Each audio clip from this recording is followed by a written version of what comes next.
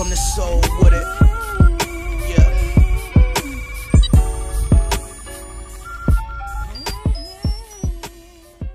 So I was listening to ESPN LA Radio, Keyshawn Johnson, Travis Rogers, and LZ, and they were discussing the possibility of the Lakers acquiring Carmelo Anthony. They spoke about how if a roster spot became available, the Lakers would be interested in giving that spot to Carmelo Anthony. Travis Rogers read the report by Adrian Wojnarowski and stated how if Adrian Wojnarowski reports something, he believes it, and typically it's always accurate, but Travis Rogers stated how he doesn't understand what exactly Carmelo Anthony brings to the Lakers at this stage of his career. Travis explained how he feels Carmelo Anthony's skill set doesn't fit the Lakers' need, and LZ agreed with Travis Rogers. LZ stated that the only thing he could think of in terms of the Lakers acquiring Carmelo Anthony would be on those nights which his shot isn't falling and he's not engaged as you would like him to be offensively, that he would gobble up some minutes from Brandon Ingram when LeBron James comes back. And LZ says Kuz is already established. Kuz is going to get you buckets. LZ says there are nights where Ingram is not as aggressive, and says on those nights where Ingram isn't aggressive, you can slide in Beasley or Carmelo Anthony, but says just because Carmelo is more offensively aggressive doesn't mean he will be hitting buckets. LZ says if he was hitting buckets, he wouldn't be on the move. And Keyshawn Johnson gave his thoughts, and he was just straight to the point, bruh.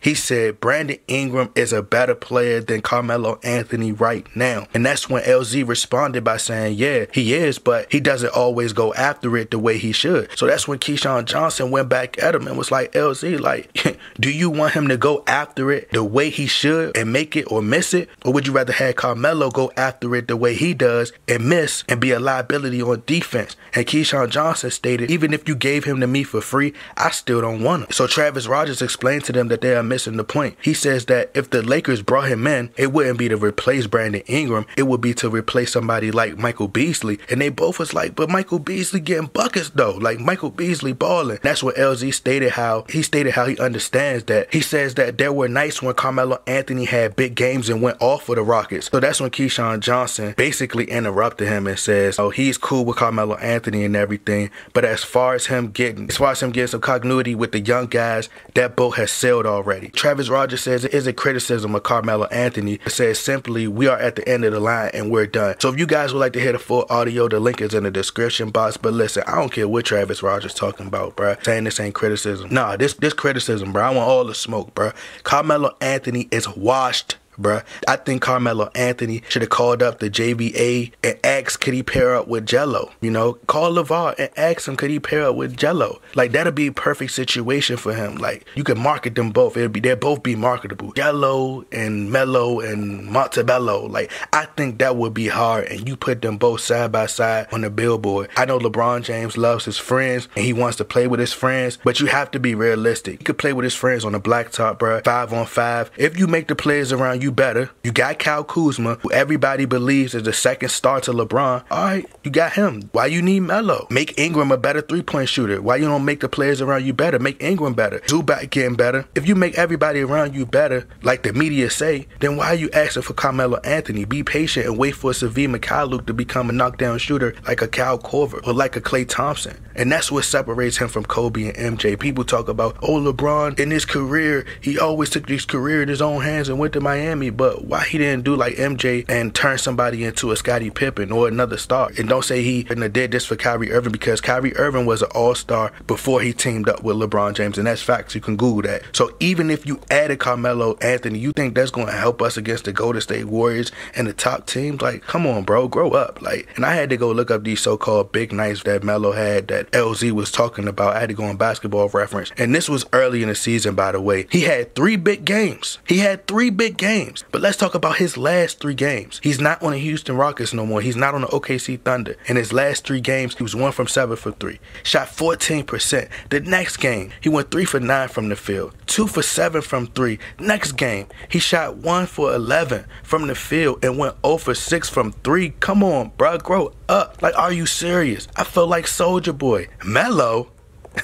Lakers got interest in Melo? Come on, bro. Like I said in my previous video, I felt like Westbrook and LeBron James' game is very much similar. It didn't work with Russell Westbrook and Melo. It didn't work when he was starting, and it didn't work when he was coming off the bench in OKC. LeBron James, just like Westbrook, loves to drive the lane and kick the ball when the lane is clogged up. and there's no flow in the offense. So Carmelo Anthony is going to be standing around, and they're going to be playing iso ball. And if it didn't work out with Westbrook and James Harden, two of the top players in the NBA right now, who both just recently won the MVP, by the way, if you think it didn't work with them, now you think he's going to win with LeBron James. Like, come on, bro. Like they said in that song my niece be listening to on Disney, bruh, let it go. Let it go.